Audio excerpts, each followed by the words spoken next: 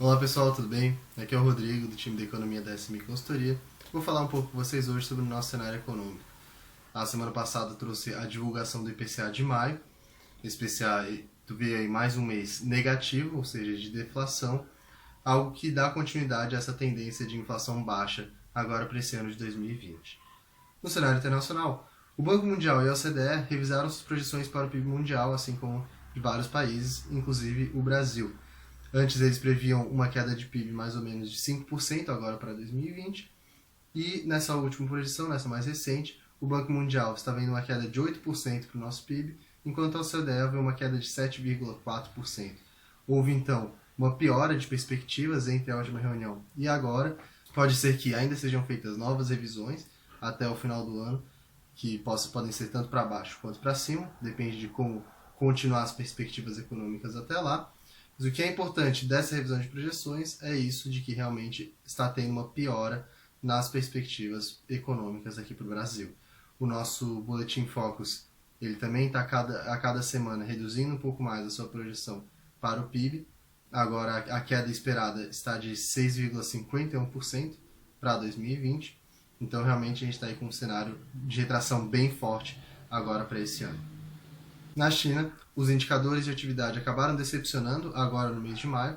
A produção industrial, que tinha uma alta esperada de 5% em relação ao mesmo mês de 2019, teve uma alta de apenas 4,4%, enquanto as vendas de varejo apresentaram uma queda maior do que a esperada.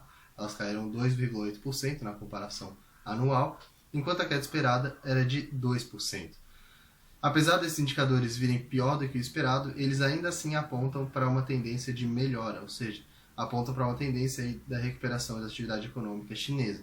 No entanto, essa tendência ainda está sob ameaça, não é algo que é certo, principalmente pela questão de uma possível segunda onda da Covid-19. Então isso é algo que ainda deve ser olhado de uma maneira um pouco mais cautelosa, porque sim, é algo positivo, é algo que está indicando uma certa retomada da atividade deles, mas que ainda traz alguns riscos, principalmente relacionados à pandemia. No nosso cenário nacional, a semana passada eu trouxe 2 anúncios de intenções de programas de renda mínima. O Paulo Guedes, primeiro em uma reunião, formalizou que vai criar um programa chamado Renda Brasil, enquanto o Congresso também já está buscando fontes para um possível programa de renda mínima.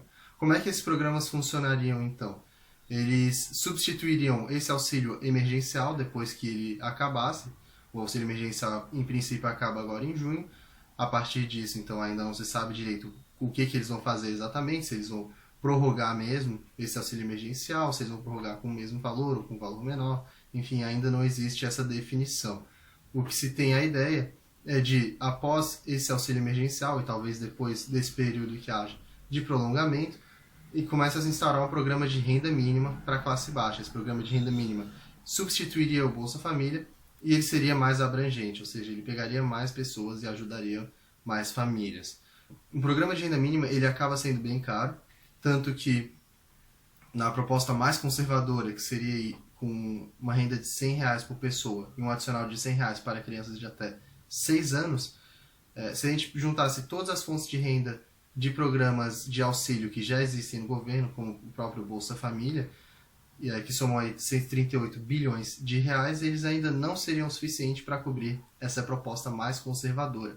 Então, se eles ainda pretendem fazer um programa que seja um pouco mais abrangente, um pouco mais ousado, digamos assim, eles teriam que ter, então, ainda mais fontes de recursos.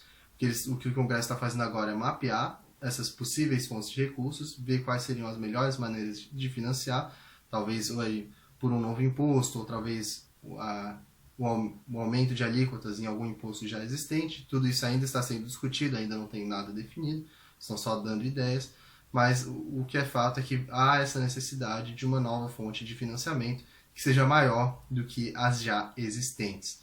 Senão isso vai acabar trazendo um peso aí muito grande para nossas contas públicas, então o nosso cenário fiscal pode acabar sendo bastante ameaçado, o que traria aí vários problemas, principalmente em relação à inflação e taxa de juros.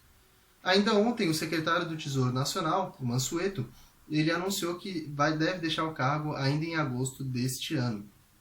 Ele é um grande proponente aí do nosso ajuste fiscal, ele que tem ajudado o Guedes bastante com as reformas e o próprio auxílio a estados e municípios, que primeiro tinha redigido, tinha sido o próprio Mansueto. Ele fez algo um pouco diferente do que foi discutido no Congresso e o que foi aprovado, o projeto dele acabou sendo deixado de lado, mas enfim, ele é alguém que é bem importante para essa agenda reformista do governo. Então essa saída dele acaba trazendo um pouco de preocupação dos mercados em relação ao futuro do nosso cenário fiscal.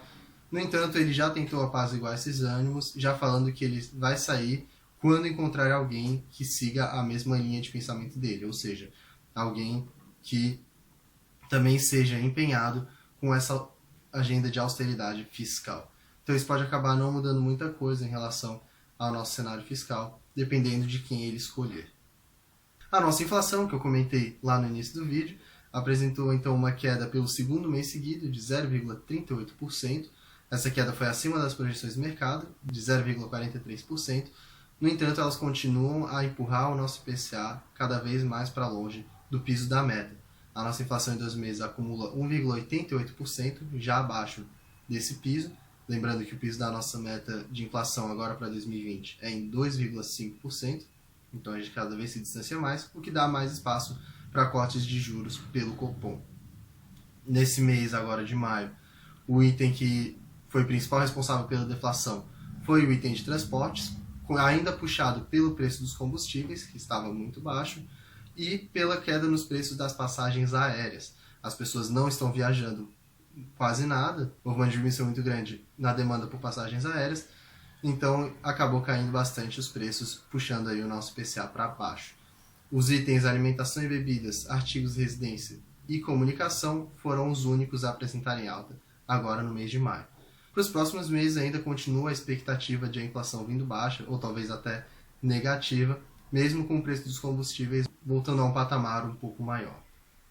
No nosso calendário semanal, então, que vamos ter para acompanhar, nessa semana vamos ter bastante indicadores divulgados aqui para o Brasil, mas o nosso destaque vai ficar para a reunião do Copom, que vai decidir sobre a nossa taxa de juros. Como eu citei anteriormente, eles provavelmente vão fazer um corte de 0,75 ponto percentual, de acordo com a expectativa do mercado nessa reunião, que pode ou não ser o último corte desse ciclo que já vem há muitos meses. No nosso cenário internacional, o destaque vai ficar para os dados de produção industrial e vendas do varejo dos Estados Unidos. Então é isso, pessoal. Com todas essas notícias, nosso mercado de renda variável acabou tendo uma certa queda na semana passada. Ainda assim, o índice Ibovespa, o principal índice da Bolsa, acumula uma alta de 6,18% no mês de junho até a sexta-feira. Já o IMAB, o nosso índice de renda fixa atrelado à inflação, acumulou alta de 1,69% no mês de junho até a sexta-feira passada. Caso vocês tenham alguma dúvida, alguma sugestão, por favor, entre em contato com a nossa equipe, nós estamos sempre à disposição. Desejo uma ótima semana a todos e até a próxima.